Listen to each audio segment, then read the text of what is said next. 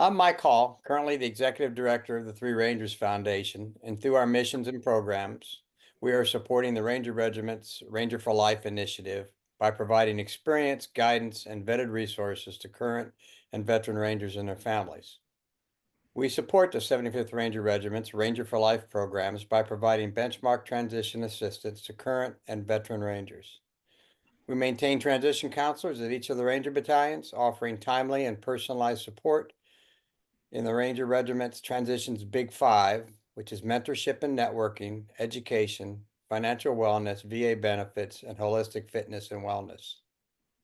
Central to our approach is our extensive mentorship program, leveraging a network of 10,000 formal and informal former members of the 75th Ranger Regiment to enhance opportunities, ensure Rangers thrive in their post-military lives.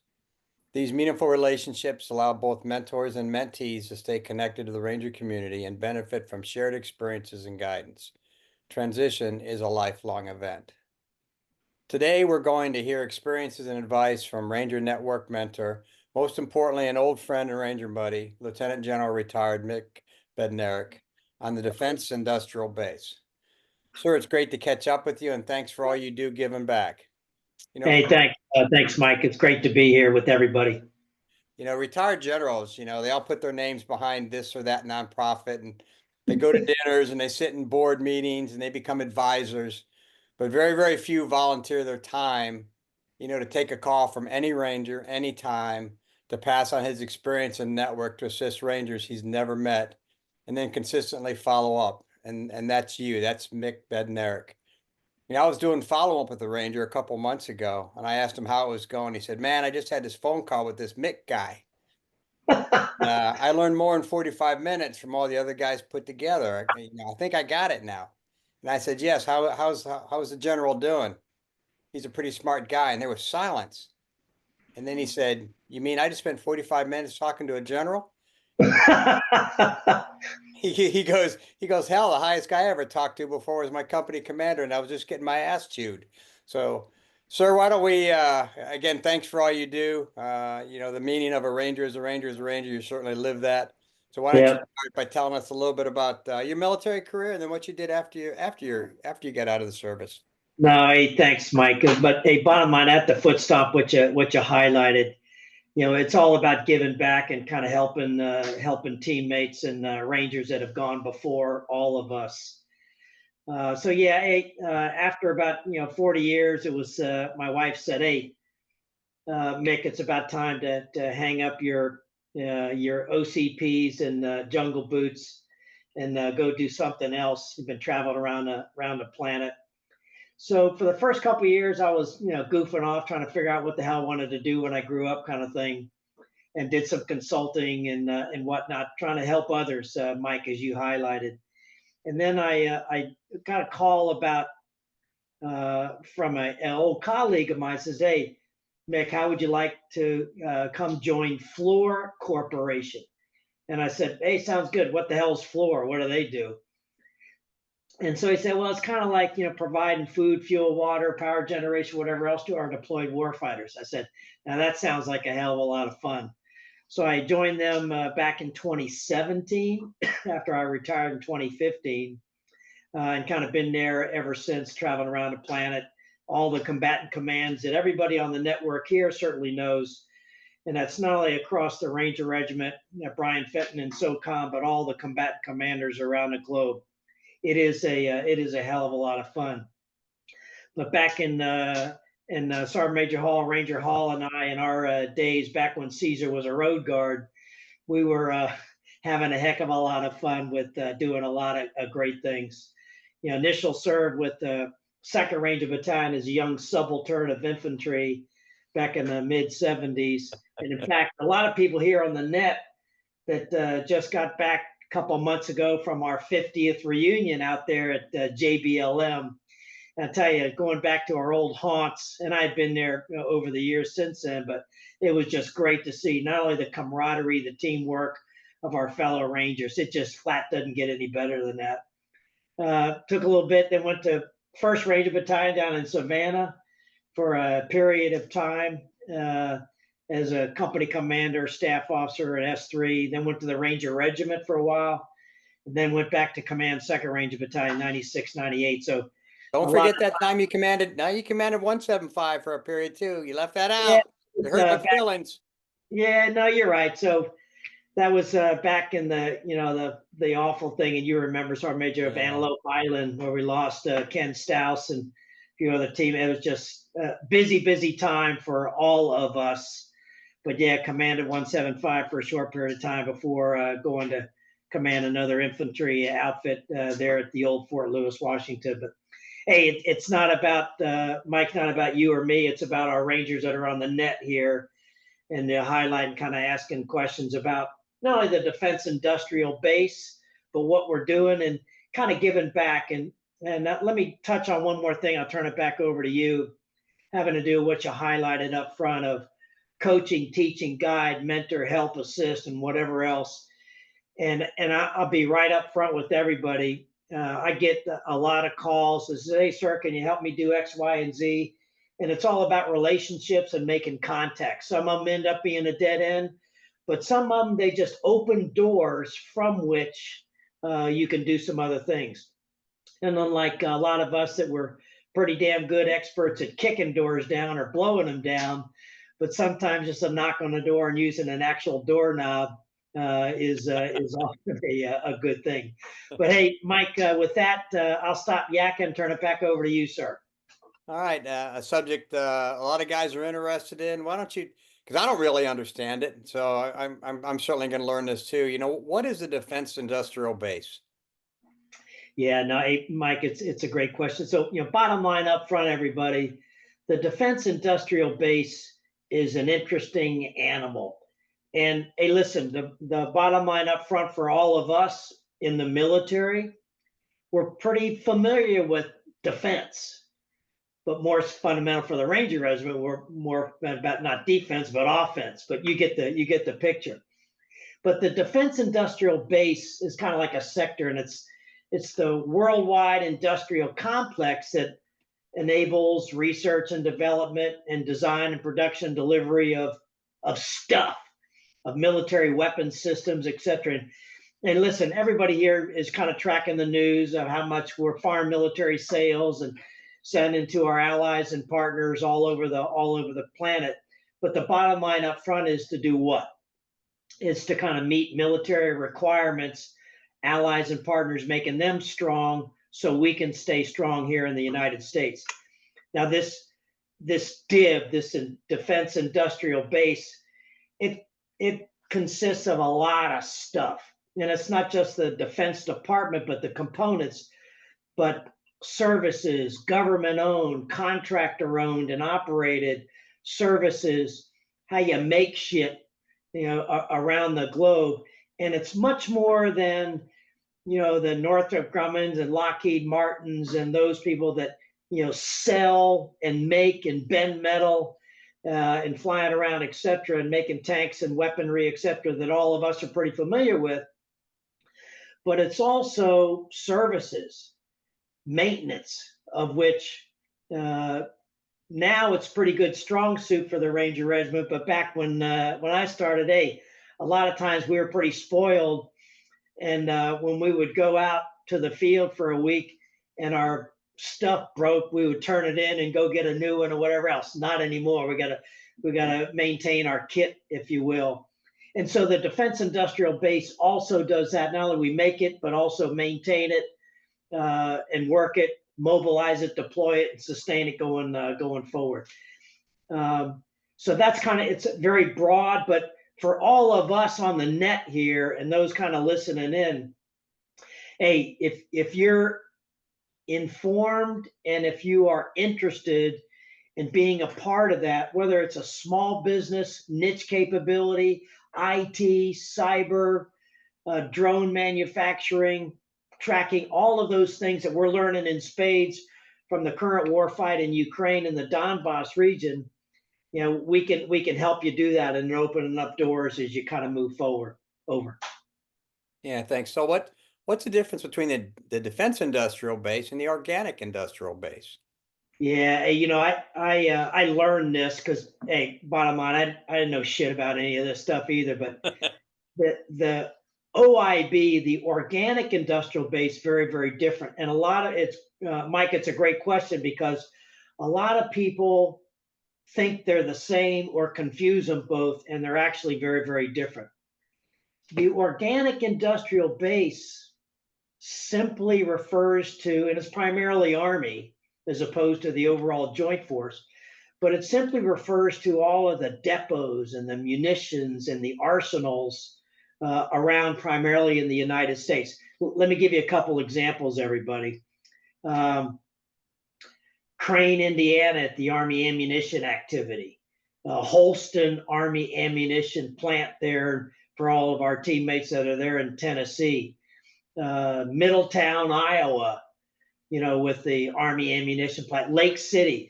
You remember on the back of our ammunition, let's see Yeah. that LC.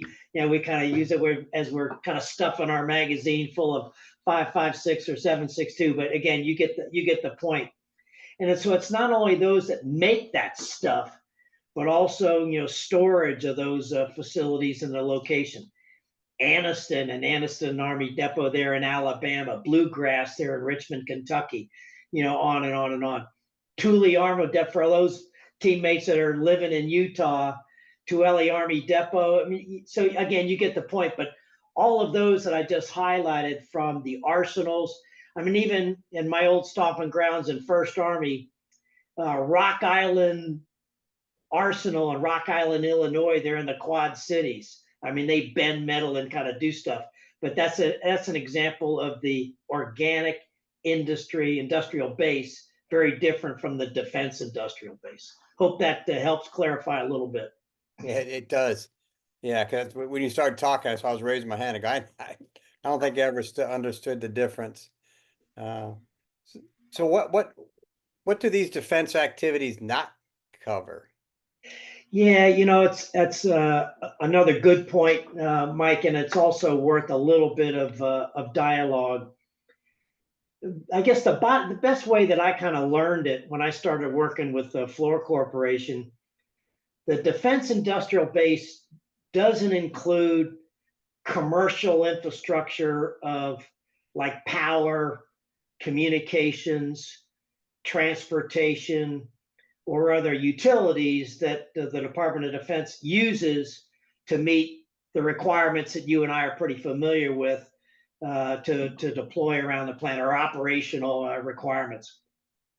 Because all of that stuff that I just mentioned, they're in the other risk management agencies around the globe. But a lot of people kind of scratch their head and scratch their nuts and say, hey, listen, um, but the Department of Defense, I mean, that's this year, in 2025, once they figure out the budget and continuing resolution authority stuff. But this year it's going to be, $862 billion. I mean, it's the largest bureaucracy on the planet, but certainly the biggest in the United States of America. So if the defense industrial base is one part, but there's also a lot of stuff that it does not include, which is those kind of key things I mentioned about communications, power, transportation, so forth.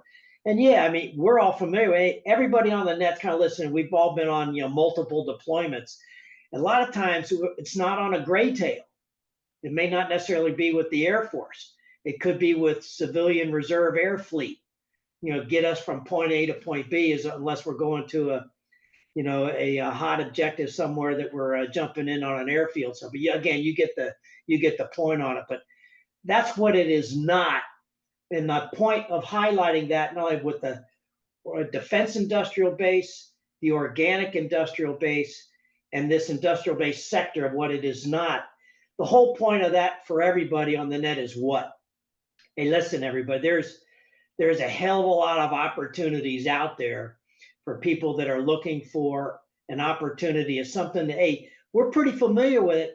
We've given our lives, we've given a hell of a lot of our time and our years in uniform in the Ranger Regiment, in the Three Rangers Foundation, of how we can help each other going forward, looking for potential opportunities or that niche thing that we're pretty comfortable with. In the bottom, for all of us, hey, if it's something that you're interested, you like and enjoy, you're going to do a good job at it. So, give it a shot. Thanks. Yeah. So sort of speaking of that, I mean, a lot of guys want to get, stay involved. I mean, it's what we're used to. It's what we're comfortable with, and maybe most importantly, it's the kind of people that we enjoy being around. Yep. So, and I don't want this to sound political because it's not meant to be political at all. But I'm old enough, and you're old enough. We've seen, administrations come and go, come and go, come and go, and how people react to that. What do you think the next 4 years is going to look like? I mean, it's going to be different. I don't think either one of us are going to predict whether it's good or bad. It's just a matter of perspective because 4 years from now, the priorities will change, and 4 years after that, they'll change again. So, what do you think over the next 4 years? Is this something that guys should get involved with or not? Is there growth? Yeah. Yeah, hey, Mike, I wish I had a crystal ball on that one. You and I could retire, go do something else. And yeah, you're exactly right. You and I and those like us, by definition, while we're in uniform, we remain apolitical. We all serve civilian masters. We hand salute, move out, draw fire. Period. That's kind of what we do. And and to this day, even though when I moved into this neighborhood where I'm currently out here in South Florida, it didn't take long for my neighbors to find out, my background and whatever else. And so they always ask me, say, "Hey, sir, what do you think? Isn't this kind of crazy? What's happening?" I said, "Listen," said, in the military, the Department of Defense, we have civilian masters. We hand salute and make things happen. In fact, a couple months ago, just after the elections, Mike, I had a good audience with a small group of us in the kind of senior mentor mode with General C.Q. Brown. For those that may not know him, he is the current chairman of the Joint Chiefs of Staff. And he said, "Hey, listen, all of you knuckleheads," he goes, "regardless of the political winds, etc., our mission in uniform, regardless of color of uniform, our mission is to make the administration successful. Period. So get on with it." So so that was kind of note to self, good advice, and because that's what we do. Yeah, but to your point though, and Mike, it's a good question. How do I see the strategic landscape over the next several years? And I work pretty darn hard not to be a, CNN or a news junkie, kind of listening in because you go nuts doing it, and every time you sneeze, something else is going to happen. But the bottom line up front for all of us coming out of uniform, especially in the Ranger Regiment, we have some fundamental skill sets that our civilian teammates do not have. And I tell you what, one of the things that the industrial sector, Mike, back to your question, the defense industrial base, etc. But one of the things corporations and businesses, regardless of size, small, medium, and large, nonprofits, and whatever else, one of the first things that they're looking for is exactly what everybody on the net has, and that's leadership. Because there is a dearth in leadership across industry at large in the civilian sector. They want somebody that's disciplined. They want somebody that knows what right looks like. They want somebody that's got values. They want to show up on time. They want to go the extra mile. And every one of us, I mean, that's, Rangers lead the way. That's what we do.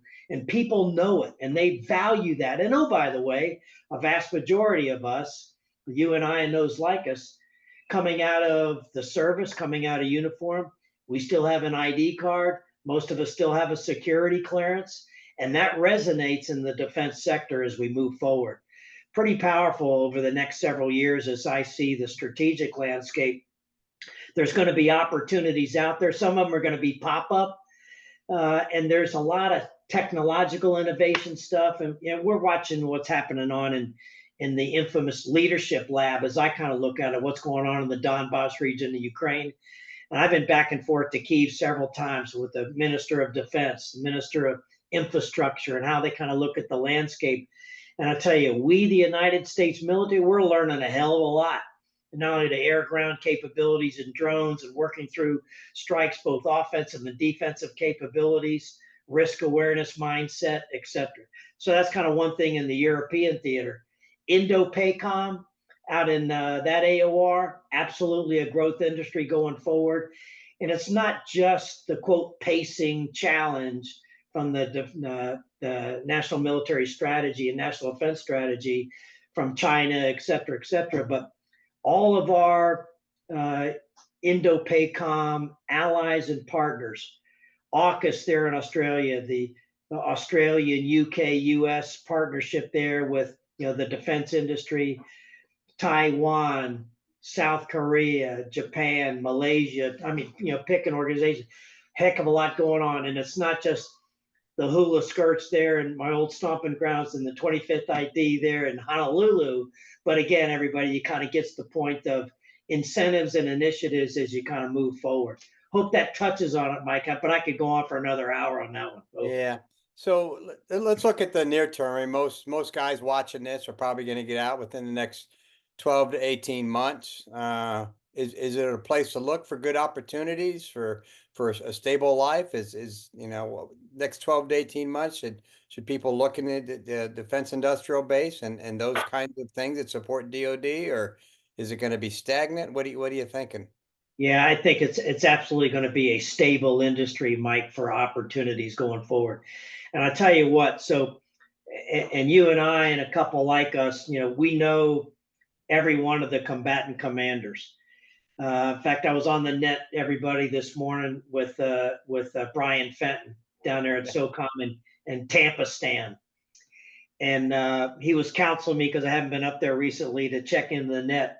But the point though is, hey, they're looking for trained, knowledgeable, disciplined leaders like everybody on the net here listening to this to make a difference, because that's the experience that they're looking for. And it's not just Special Operations Command, but even the component commanders. I mean, SOC CENT, SOC EUR, SOC PAC. I mean, pick one. You get the point of theater support capabilities. But even Eric Carrillo down there in CENTCOM, also in Tampa Stan. Admiral Paparo out at Indo-PACOM, and even Admiral Halsey, who just took over down in Southcom.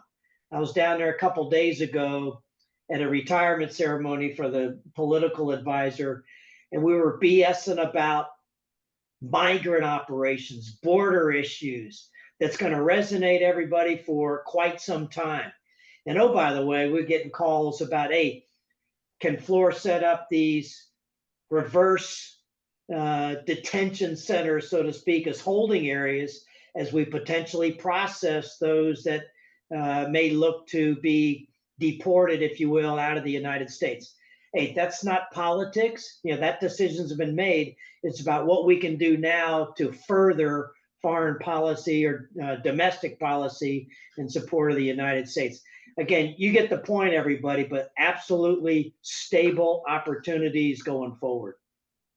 And a little bit down in the weeds here, but a favorite question of mine, because this contracting word always comes up when guys want to get out, because it's a good word and it's a bad word. What's your opinion on, W-2 versus contracting? And does it fit some people and not fit some people, or these are the things you need to really pay attention to, or depending on whether you're most of our guys, obviously, Rangers, most Rangers don't retire. They do their 4 years and they get busted up and they get out and do something else. Yeah. W-2, contracting, what's your experience? And I know Fluor, I mean, you have abundance of both, I would believe. So Yeah, no, Mike, another great question. And so from contracting, it kind of gets into the area, everybody, of what is it that you really want to do. And what I mentor everybody, and again, regardless of where they are, who they are, what rank they were, what rank they are, that I don't give a shit. I mean, the point is, hey, there's a lot of opportunities, but the first thing I ask anybody who calls, regardless of who they are, is okay, not only what do you want to do, but where do you want to do it? And quite honestly, everybody, the where is important because opportunities resonate. And let me give you an example. If you are in a megalopolis somewhere like New York, Washington, D.C., Austin, Texas, or whatever, opportunities in those larger areas are going to be perhaps more plentiful, more diverse, etc., than if you were out in the Midwest somewhere in a small town. Again, you get the point. Yeah. And then what do you want to do? Hey, what's your niche? And I mentioned this a little bit ago, Mike. What's your niche? What's your passion? And then that gets into kind of 5 areas that I use to mentor people. So the first thing that, particularly for those into the category that you mentioned, Mike, like you and I and those like us, of if you're retired after 20, 30 years, okay, you got a little bit of something to fall back on. But, the first option is to do nothing. But that's not going to be for a lot of us because why? Just like you and I, we still got a hell of a lot of energy. And we're Yeah. not going to sit around on our fourth point of contact doing nothing. We want to go make a difference somewhere, even if it is volunteering or whatever else, just to stay connected, stay busy, and just as important, stay healthy. But there's other categories. Academia. I mean, JROTC. Exactly what I mentioned. They looking for leadership to guide the next generation, whether it's Gen X, Y, Z, millennials, Gen A. The next one's coming up that ain't even born yet. Again, you get the point. And it's all about leadership. It's steady. It's fun. It's enjoyable. You're giving back, making a difference. And again, you get the point. The other one is interesting is nonprofit. I and hey, listen, I know shit about any of this stuff, but I quickly learned that nonprofit doesn't mean non-salary. I mean, let me give you an example. So everybody here on the That wasn't net, my case, but okay. yeah, but I mean, just the USO. I mean, the leaders on the staff and are salaried employees, and they're doing just fine. But what a great philanthropy, just making a difference and helping those that kind of going through airports. And again, you get the point. And then there's what we talked about over the last few minutes, Mike, of the defense industrial base. And again, small contracting niche capabilities.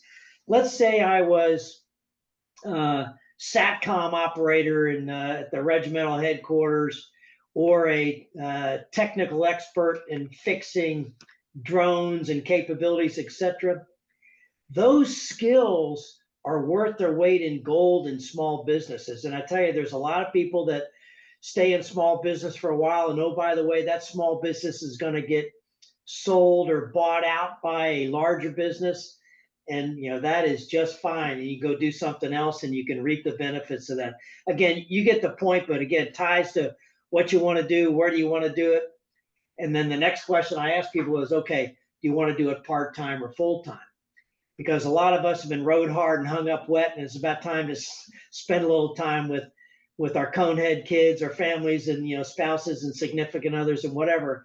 Again, all that is part of that balance and kind of figuring out what you want to do. Over. Yeah. Yeah, great. Yeah. I may have just asked your closing comment, but anything else that you want guys to hear, or what you're seeing, or the best advice or some good examples of think guys need to know as they're contemplating, is now the time to transition out of the military, or not the time to transition out of the military, and am I going to find that purpose? What's your overall conclusion? I mean, I know you've got a great family, and you seem well adjusted and continuing on, and you always got that smile and staying in shape, and got still living the Ranger standard. So what advice do you give to, I mean, transition is a lifelong event, but you seem to be doing pretty well. And what are some of the things that keep you going and keep you smiling? And Yeah, no, thanks, Mike. Again, a great way to close out our forum here with our fellow Rangers. And you touched on it a second ago, but hey, everybody, transitions are hard, and it's not it's something that you cannot wait until the 11th hour. I mean, don't wait until you cross the line of departure and then starting to figure it out. So if you're kind of thinking out with it, whether it's your with your significant other, your spouse, or just you, that you're single trying to figure things out, start early. Use your contacts. Relationships are everything, not just in business, uh, but in the military as well. Talk to your leaders, talk to others, talk to family, talk to those that you trust, and people that you kind of reach out to. Or, Mike, as you kind of highlighted right up front, you and I have been battle buddies for decades, but it's all about relationships and forging those going forward. I mean, I still go to conferences, and I always come home with about 200 business cards, and most of them are, I don't want to say throwaways, but again, you get the point. But there are some that they'll, and I'll give them my business card as well. 80% of them don't follow up for nothing. Those that do, that's the ones that I'll respond to. Again, you get the point of keeping in comms, keeping in contact, and following up. X amount of them, won't amount to anything, but the couple that do, that pique your interest, that you're excited about, that you'll want to make a difference, are those ones that you want to zero in on. And what I highlight on public record at these conferences around the globe that I go to in different combatant commands, and I tell everybody, say, listen, in times of crisis is not the time to be passing out business cards. And the point is, hey, follow up on those things, and don't wait until the 11th hour when there is a crisis, or you're out of the net, or getting laid off, and whatever else. Keep those cards and letters flowing. It's pretty important. One of the things that although it's all pro bono, but I love doing it, and this might be of interest for the members here in the Three Rangers Foundation and our fellow Ranger teammates, is I'm a member of the International Stability Operations Association. It's a compendium of over 200 businesses and whatnot, small, medium, and large. The vast majority of them, about 70%, are all small businesses with a little niche capability. It might be medical support. It might be IT, it might be computers, it might be cyber. Some of them are trying to get into the space domain. And again, you get the point, but opportunities are out there, everybody. And Mike, to your question is, don't wait until the 11th hour, stay engaged, keep in contact, reach out to those that you trust. Hey, listen, do you know this guy X, Y, and Z? I don't have his contact information, but follow up. And by following up and reaching out, that'll make a difference. Hope that answers it, Mike. It absolutely does. And, my new catchphrase, and old Sergeant Majors, we all have these old catchphrases. It's a requirement, but we all know it doesn't matter. It doesn't matter what but everybody says it matters who you know. But I've come to believe it's not, and exactly to your point, it's not who you know, it's who you get to know and who you stay Yeah, in contact with, who you build a relationship with. It's just, your point about you throw away 80% of the cards. Yeah, we all do that. So I mean, that's not, those are people who but those yeah, 20% who you get to know, that's where the opportunity is going to come from. And it only it's it only takes one conversation. And that's really usually all it takes is one in-depth conversation with one follow-up. And that's a relationship that could pay off 10 years from now. So yeah. Oh, amen. You're exactly right. But yeah, thanks for your time and for all you do and continue to do, and just being a good human being. And it's always good to catch up with you. This is a little bit more, maybe a little bit more personal and professional, to spend a little bit more time with you as we got ready to do this. But it's you were certainly at the top of the list when we started doing this. And that quote from that young Third Ranger Battalion guy is just, I thought, yeah, that's what's special about the Rangers. That's what's special about, the leaders we had the opportunity to work for all these years. And that's why we work so hard, is, that they really cared, and you continue to care and give back. So best to you and the family. And We'll see you very soon. I hope in person somewhere. Take care. No, amen, Thanks. Mike. I agree. And listen, everybody up on the net, stay engaged, stay focused, stay fit, as I like to highlight to all of the teammates. But Mike, it's been great, and I hope the teammates that are listening to this got a little bit out of that. But thanks everybody for what you're doing. Rangers lead the way. Rangers lead the way. Thanks, sir.